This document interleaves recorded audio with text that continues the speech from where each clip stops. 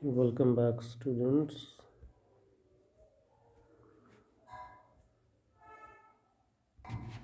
Welcome back, students. Let's move ahead. Now we'll talk about nuclear fusion and fission.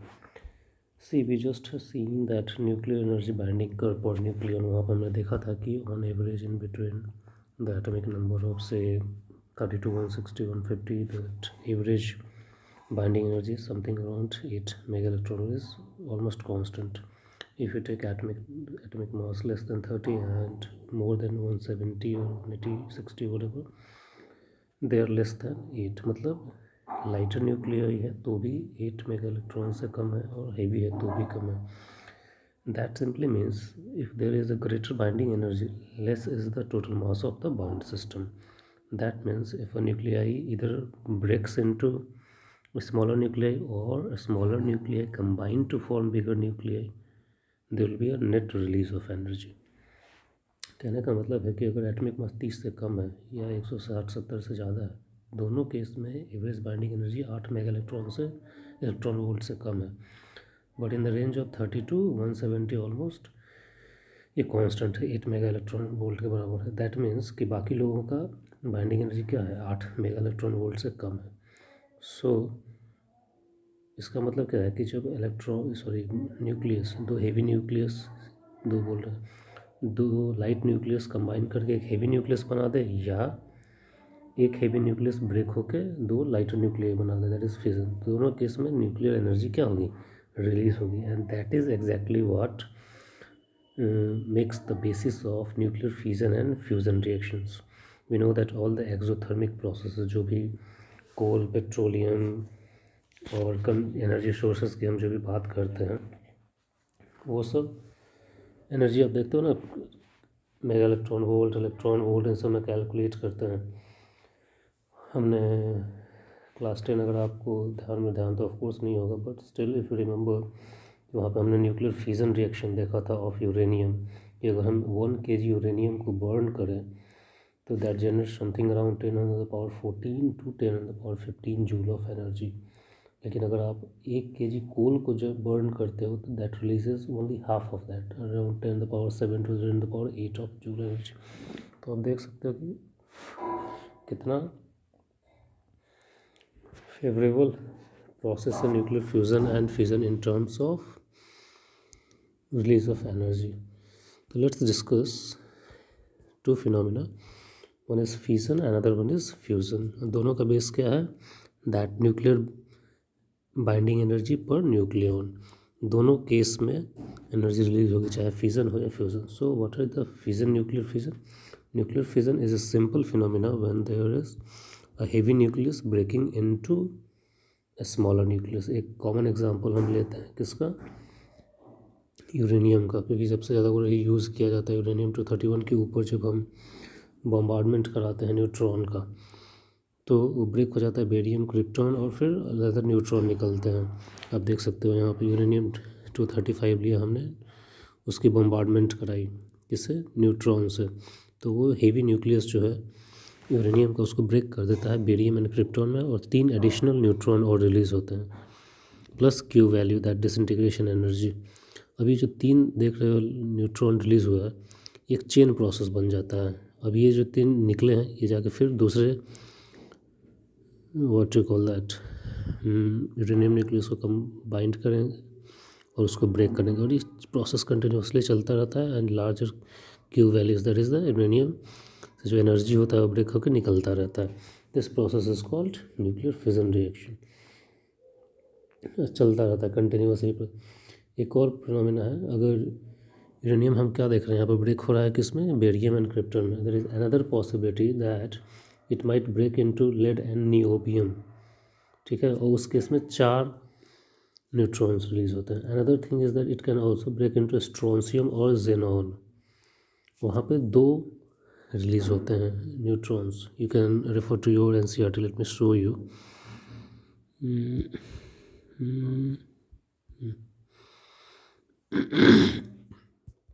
दिखा देता हूँ. I am not very much comfortable with books but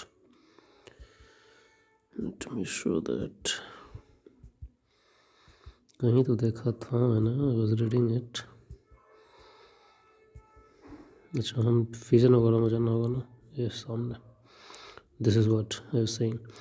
अगर uranium with 35 को neutron से break करते हो तो one possibility is barium and krypton, जो एग्जांपल वहाँ पे दिखाया मैंने, तो 3 न्यूट्रॉन निकले। Another possibility is that it can break into lead, antimony, sorry, no, niobium and SB, and SB is antimony.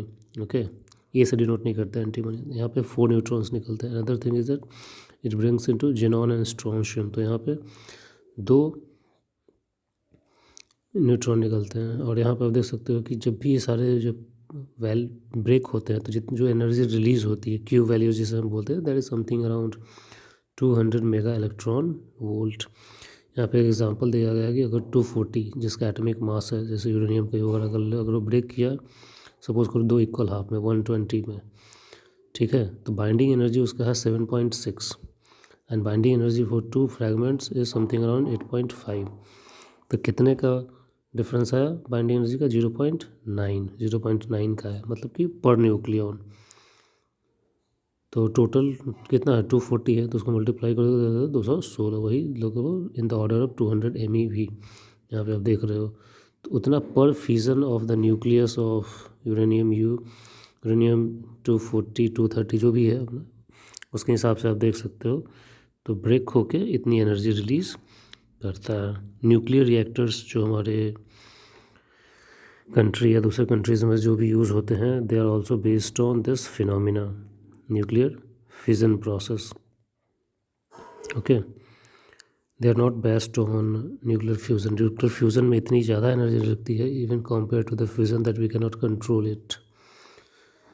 And atomic bomb वगैरह जो होते हैं, they are also based on nuclear fission process. Practically धरती पे there is not a single phenomena where we use nuclear fusion reaction, ऐसा कहीं नहीं होता है। Every single phenomena related to nuclear reactions which we are using nowadays involves nuclear fission। ये reason हमने last time में भी डिस्कस किया था, because the amount of energy release during nuclear fusion would be much much higher than the fission process. It is very difficult to control that process. यहीं पे आप देख सकते हो, एक न्यूक्लियस यूरेनियम का आपने ब्रेक किया तो 216 मेगा इलेक्ट्रॉन वोल्ट रिलीज हो रहा है। It's very difficult to control. Fusion में इससे भी ज़्यादा निकलता है। एंड न्यूक्लियर रिएक्टर्स इसी पे बेस्ड होते हैं, एटॉमिक बम उसी पे भी फिक्स होते हैं। Nuclear fusion process happens, one practical example is that sun के अंदर न्यूक्लियर फ्यूज़न होता है। Okay, let me discuss a brief about nuclear reactors. ये न्यूक्लियर रिएक्टर्स वगैरह की हम बात करेंगे, मैं इस चीज़ को एक्सप्लेन करूँगा आपको कैसे काम करता है, ठीक है।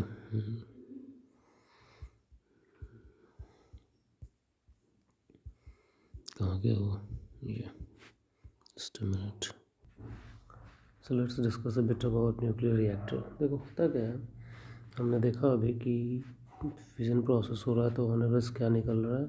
न्यूट्रॉन्स निकल रहे हैं। अब एक जो न्यूट्रॉन निकलेगा वो जाके वापस किसी दूसरे यूरेनियम को ब्रेक करेगा, फिर जो न्यूट्रॉन निकलेगा वो तीसरे यूरेनियम को ब्रेक। तो दिस कंटिन्यूसली एक चेन प्रोसेस है। जो प्रोडक्ट निकलता है वही फिर एक दूसरे पैरेंट न्यूक्लियस को बम्बार्ड करता है and the process keeps on happening continuously, chain cycle चलता रहता है। It was suggested by a scientist named Enrico Fermi. तो he what he said is that if we control this chain reaction in a proper way we can get a steady supply of energy, continuous हमें energy supply मिलता रहेगा। देख रहे हो आप ना, neutron निकला कहीं पे 3, कहीं पे 4, कहीं पे 2, फिर ये वापस जाएगा किसी दूसरे यूरेनियम को ब्रेक करेगा। मतलब कंटिन्यूस ये प्रोसेस चलता रहता है और जब तक ये प्रोसेस चलता रहेगा क्या मिलेगा? मुझे एनर्जी मिलता रहेगा। And this is what exactly makes the basis of nuclear reactor, ठीक है। ये एनरिको फर्मी नाम के साइंटिस्ट ने बनाया था। But there is one problem in this one. The problem is that slow neutrons are what good things, but why don't we use fast neutrons? That's the thing. Problem is that if we try to use fast neutrons, generally हम nuclear fusion वगैरह में जो ये neutrons bombard करवा रहे हैं, यहाँ पे आप देख रहे हो, they are slow moving neutrons. Slow moving means इतना भी स्लो नहीं, ये फिर भी स्लो होता है। इसका रीज़न ये है कि अगर हम फास्ट मूविंग न्यूट्रॉन्स यूज़ करेंगे तो energy release would be much higher, तो जो न्यूट्रॉन्स रिलीज वो भी बहुत फास्ट होंगे और वो किसी चेन रिएक्शन को कैरी आउट करने की जगह वो स्केप कर जाएंगे कहीं पे, इसी कारण फास्ट न्यूट्रॉन्स को यूज़ नहीं करते हैं। ठीक है, so what we saw that 216 निकला लगभग क्या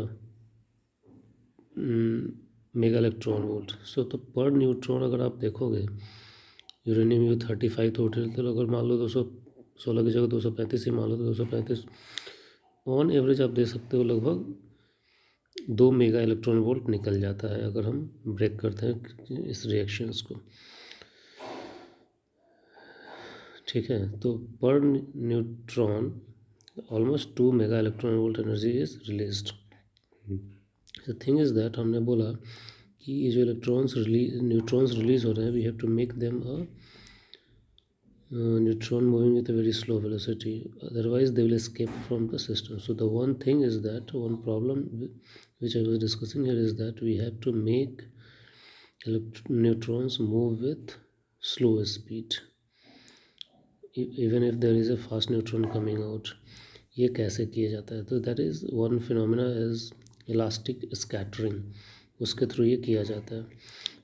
जो ये थे चैडविक थे जिन्होंने न्यूट्रॉन्स को डिस्कवर किया था, ताकि जब इलास्टिक कॉलिशन होता है तो with hydrogen the neutron almost comes to rest and proton carries away the energy. मतलब कि उनका ये कहना था कि अगर आप न्यूट्रॉन को किसी तरीके से रिएक्ट करवा दो, बम्बार्ड करवा दो हाइड्रोजन के साथ, तो उसका स्पीड कम हो जाता है। इसी फिनोमिना को, इसी कॉन्सेप्ट को यूज़ किया जाता है न्यूक्लियर रिएक्टर्स में। आपको याद होगा मॉडरेटर्स यूज़ करते हैं। मॉडरेटर्स क्या होता है? D2O, deuterium oxide, which is a form of hydrogen. इसीलिए इस मॉडरेटर को यूज़ किया जाता है कि जैसे ही न्यूट्रॉन रिलीज़ होगा वो रिएक्ट करेगा, मतलब रिएक्ट नहीं करता है, बम्बार्ड करेगा, इसके साथ टकराएगा। और ये भी D2O क्या है? एक टाइप का H2O है, हैवी वाटर है। इसी को उसे टकराने के बाद उसका स्पीड स्लो हो जाता है। That is why we use moderator in the form of D2O, heavy water. ठीक, भाभा एटॉमिक रिसर्च सेंटर है, वहाँ पे ये सब चीज़ें यूज किसी भी न्यूक्लियर रिएक्टर में होता है। ठीक है, तो because of the use of moderator now we can control the speed of what neutrons which are released and also the number of fission produced by a neutron to the number of fusion by the preceding generation by। ठीक है, एक factor होता है multiplication factor. Multiplication factor क्या होता है? Multiplication इसको denote करते हैं K से। I don't know whether it is being discussed here or not। छोटा सा यहाँ पे दिया गया है, नहीं दिया गया, but still let me show you in the PDF।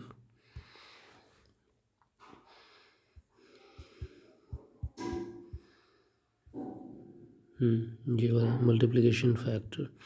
Multiplication factor क्या होता है? It is ratio of number of fission produced by a neutron to the number of fission by the preceding generation. Preceding generation मतलब पिछले step में जो भी हुआ था, इसी रेशियो का मल्टीप्लिकेशन फैक्टर बोलते हैं। ठीक है, so it is the measure of growth rate, किस तरीके से रिएक्शन प्रोसीड कर रहा है। अगर वैल्यू 1 है, इसका मतलब है कि operation of the reactant is critical and that is what we want. Study power हमें निकलना चाहिए। If K becomes greater than 1 that means reaction and the reactor power increase exponentially. मतलब हमने क्या बोला है? K is the ratio of number of fission produced in one generation to the number of fission produced in the previous generation मतलब previous reaction. तो अगर ratio 1 से ज़्यादा हो गया, मतलब कि जैसे जैसे रिएक्शन आगे बढ़ रहा है, नंबर ऑफ न्यूट्रॉन्स जो रिलीज़ हो रहे हैं वो बढ़ रहे हैं। अगर नंबर ऑफ न्यूट्रॉन्स इंक्रीज ज़्यादा होते जाएंगे तो रिएक्शन क्या होता जाएगा? बहुत फास्ट होता जाएगा, और उस केस में रिएक्शन को कंट्रोल करना हमें मुश्किल हो जाएगा। And that was one of the reason of, यहाँ पे आप देख सकते हो चेरनोबिल न्यूक्लियर रिएक्टर डिजास्टर हुआ था यूक्रेन में 1986, इसी कारण हुआ था। ठीक है, तो इसी कारण जनरली कोशिश किया जाता है कि मल्टीप्लिकेशन फैक्टर के इसको 1 के आसपास रखा जाए, मतलब रिएक्शन किसी भी स्टेप में number of neutrons released are equal almost. और इसको रिएक्शन को कंट्रोल किया जाता है through the use of control rods.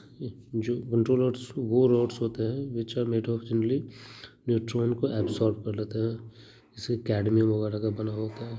ठीक है, इनको सेफ्टी रॉड्स इसके अलावा यूज किया जाता है। जो कि सबका काम क्या है, सेफ्टी रॉड्स या कंट्रोल रॉड्स, इनका काम है न्यूट्रॉन्स को एब्जॉर्ब कर लेना, एक्स्ट्रा न्यूट्रॉन्स को। और अभी हमने मॉडरेटर देखा था, मॉडरेटर का काम क्या है, to decrease the speed of neutrons, नाम ही है मॉडरेट करना, थोड़ा शांत कर देना। और यूरेनियम U-38 ही है जो सबसे ज़्यादा यूज़ किया जाता है, नेचुरल यूरेनियम, जो कि जनरली क्या होता है, नॉन फिजनेबल होता है जनरली, लेकिन इसको जब हम बॉम्बार्ड करवा देते हैं यूरेनियम ये न्यूट्रॉन वगैरह से, ठीक है, तो प्लूटोनियम वगैरह निकलते हैं इससे। ये आप रिएक्शन देख सकते हो, यूरेनियम U-38 न्यूट्रॉन्स उससे बॉम्बार्ड करवाया हमने, तो PU प्लूटोनियम वगैरह निकलता है, ठीक है। Now we'll discuss about the structure of nuclear reactor। Diagram एक दिया गया, अब यहाँ पे देख सकते हो, यहाँ पे एक कोर है, ठीक है। कोर इज़ दैट साइट जहाँ पे न्यूक्लियर फ्यूजन प्रोसेस एक्चुअली में होता है, जो कि यहाँ पे होता है, तो यहीं पे न्यूट्रॉन्स वगैरह रिलीज होंगे। So you can see here that control rods are present, okay, control rods present होते हैं। फिर इसके पास यहीं पे फ्यूल होता है, फ्यूल मीन्स जिसका रिएक्शन करवाना, जैसे यूरेनियम U-38 है, ये U-35 है। तो यूरेनियम अगर हम यूज़ करते हैं, यूरेनियम U-35 ज़्यादा मौजूद है। कोर कंटेंट्स ऑल्सो मॉडरेटर, इसके पास मॉडरेटर भी होता है जो स्लो डाउन करेगा न्यूट्रॉन्स को। और इस कोर को देखोगे आप, सराउंड किया गया है रिफ्लेक्टर से, ठीक है, उसके surround reflector, the core is surrounded by reflector. इसका काम है लीकेज को कम करना, लीकेज मतलब नाम ही है रिफ्लेक्टर, मतलब कि जो ये न्यूट्रॉन्स रिलीज होंगे उनको वापस रिफ्लेक्ट कर देगा, ठीक है। Then there is a coolant, जो भी हीट रिलीज होगा वो कूलेंट के पास होगा, कूलेंट पास होगा तो हीट को कंट्रोल कर लेगा वो, ठीक है। ये ज़रूरी भी है क्योंकि बहुत ज़्यादा हीट वगैरह रिलीज़ होता है। उसके बाद जो पूरा असेंबली है, जो भी आप ये देख रहे हो, वो असेंबली, इसको एक हार्मफुल रेडिएशन, क्योंकि ये क्या है, रेडियो एक्टिव मटेरियल है एक तरीके से, तो रेडिएशंस वगैरह पाएंगे, तो पूरे ये सेटअप जो है, इन सबको हम शील्ड करते हैं, ताकि कोई भी रेडियो एक्टिव क्या बोलते हैं, हार्मफुल रेडिएशन बाहर ना आ सके। और रिएक्टर को जो होता है कंट्रोल करने के लिए हम अलग टाइप के रॉड्स वगैरह यूज़ करते हैं, जो कंट्रोल रॉड्स कैडमियम वगैरह है, दैट है very high power of absorbing neutrons. Coolant होते हैं जो ट्रांसफ़र कर देते हैं जो भी हीट रिलीज़ होगा, जो उसको स्टीम प्रोड्यूस करेगा, और स्टीम से हम टरबाइन वगैरह चलाएँगे। कूलेंट जो आप देख रहे हो ऊपर, जो भी हीट रिलीज़ होगा रिएक्शन से, उसको कूलेंट है वाटर के फॉर्म में, तो उसको वेपराइज कर देता है, वेपराइज वही फिर चला जाएगा टरबाइन की तरफ, और इलेक्ट्रिसिटी वगैरह प्रोड्यूस होती है। अब इसमें भी बहुत सारे वेस्ट प्रोड्यूस होते हैं, but the problem is they are और न्यूक्लियर वेस्ट, और इसको हम कहीं पे भी डंप नहीं कर सकते because they are radioactive. So इनकी हैंडलिंग, प्रोसेसिंग, इन सब चीज़ों के लिए बहुत स्पेशल फीचर, स्पेशल मेथड्स, इन सब चीज़ों की इम्पोर्टेंट ज़रूरी होती है, ठीक है। So this is overall idea about functioning of nuclear. कुल देख ही रहे हो आप, यहाँ पे कोर है, यहीं पे रिएक्शन होगा, रिएक्शन है, इसको कवर किया जाता है। यहाँ पे कंट्रोल रॉड्स भी है, रिफ्लेक्टर्स है, ताकि न्यूट्रॉन्स को वापस रिफ्लेक्ट कर दे, कंट्रोल रॉड्स है। और यहाँ कंट्रोल रॉड्स के अलावा मॉडरेटर भी होते हैं, इनका काम क्या है, कंट्रोल रॉड्स का to absorb neutrons, and moderator to slow down the neutrons. Then जो भी हीट रिलीज़ होगा उसको पास किया जाएगा कूलेंट से, और वो यहाँ पे आएगा, और उसको वेपर स्टीम में कन्वर्ट हो जाता है, फिर वो आगे किसी टरबाइन को चलाएगा और उससे इलेक्ट्रिसिटी प्रोड्यूस होती है। This is what nuclear reactor looks like overall. Now let's discuss about nuclear fusion. तो फ्यूजन क्या होता है, when two lighter nuclei is fuse to form a larger nucleus, that is called nuclear fusion reaction. And यहाँ भी energy release होती है। One example is nuclear fusion happens in stars, sun में जो भी हमें एनर्जी हमें मिल रही है उसी से हो रही है। वहाँ पे क्या होता है, एग्जांपल, दो हाइड्रोजन मिल के एक हीलियम बना देते हैं, ठीक है, यहाँ पे देख सकते हो, ठीक है। यहाँ भी दो हाइड्रोजन मिले तो हीलियम बना है, एक में 17.6 मेगा इलेक्ट्रॉन वोल्ट निकला, एक में 4 निकला, कहने का मतलब कोई भी दो छोटे छोटे न्यूक्लियस आपस में कंबाइन करके एक बड़ा न्यूक्लियस बना देते हैं। That process is called nuclear fusion. अगर पहला प्रोसेस देखोगे तो दो प्रोटॉन्स होते हैं, they combine to form a neutron. Okay, फिर एक में ट्रिटियम बना रहे हैं वो, और एनर्जी रिलीज हो रही है। And if you see 1s2 1s2 मतलब दो ड्यूट्रॉन्स हैं, they are combining to form a tritium and one proton. ठीक है, that means two nucleus combine, a smaller nucleus combine to form a large nucleus. And for fusion to take place, the two nuclei must close enough so that their attractive range force is able to affect them। मतलब कि इतना नज़दीक आना चाहिए कि उनके बीच में कोई रिएक्शन हो सके। ठीक है, and they are mostly same positively charge particles, उनके बीच रिपल्सन भी होगा। सो बहुत ज़्यादा एनर्जी की ज़रूरत पड़ेगी इस रिपल्सन को ओवरकम करने के लिए। इसी कारण जब वो आपस में आकर टकराएंगे भी तो एनर्जी रिलीज़ क्या होगा, हाई होगा, क्योंकि उनको साथ में लाने के लिए भी एनर्जी बहुत ज़्यादा चाहिए। And this energy depends on the charges and the radius. Radius means उनका एटम का रेडियस कितना, मतलब टोटल उनके बीच में डिस्टेंस कितना होगा। ठीक है, जब दो प्रोटॉन आपस में कंबाइन करते हैं तो उनके बीच में जो रिपल्सन होता है उसको ओवरकम कम करने के लिए something around 400 kilo electron volt energy की ज़रूरत पड़ती है। जैसे जैसे साइज़ बड़ा होगा इसकी ज़रूरत और ज़्यादा बढ़ती जाएगी।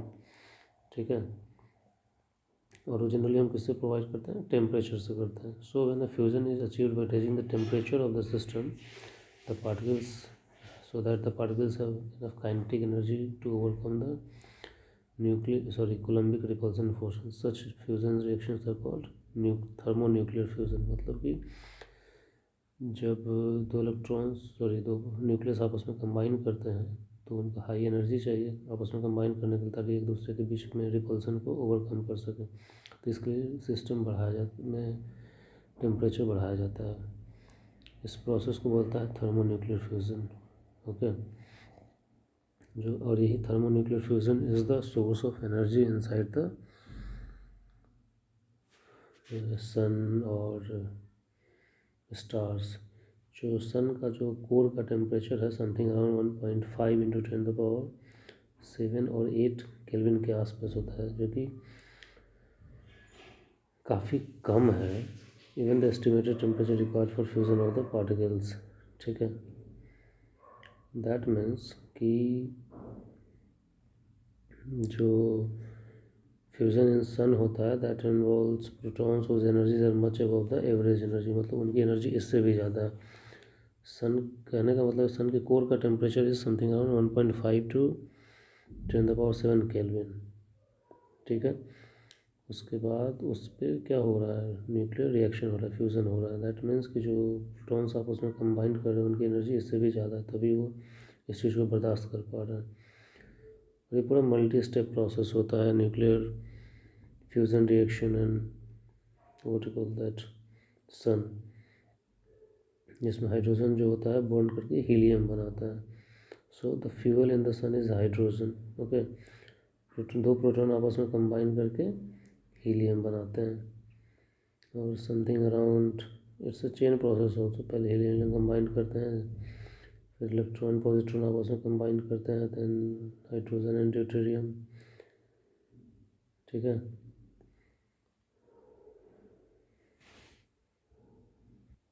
तो जो भी फ्यूज़न रिएक्शन सन के अंदर हो रहा है उसमें जनरली क्या होता है कि 4 हाइड्रोजन एटम्स कंबाइन करके फिर हीलियम का एक एटम बनाते हैं, और इसमें something around 26.7 mega electron volt energy निकलता है।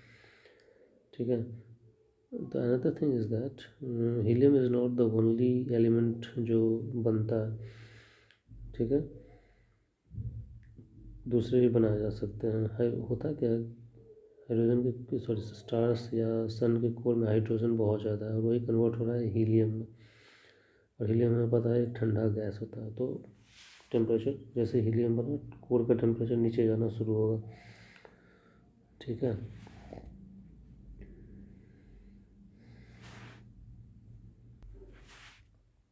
तो स्टार्स वगैरह के भी अपने मैकेनिज़्म हैं जो टेम्परेचर को नीचे जाना नहीं देता है। सन जो है generally is said to be present around 5 billion years, for 5 billion years चल रहा है, और उसके अंदर अभी इतनी हाइड्रोजन है जो another 5 billion years carry out कर सकता है। ठीक है, उसके बाद हाइड्रोजन उसमें शायद रुक जाए और सन ठंडा होना शुरू हो जाए। ओके, उस केस में क्या होगा, आउटर एनवलप जो सन का है वो एक्सपैंड करेगा और उसको एक नया नाम दिया गया है, that is called red giant.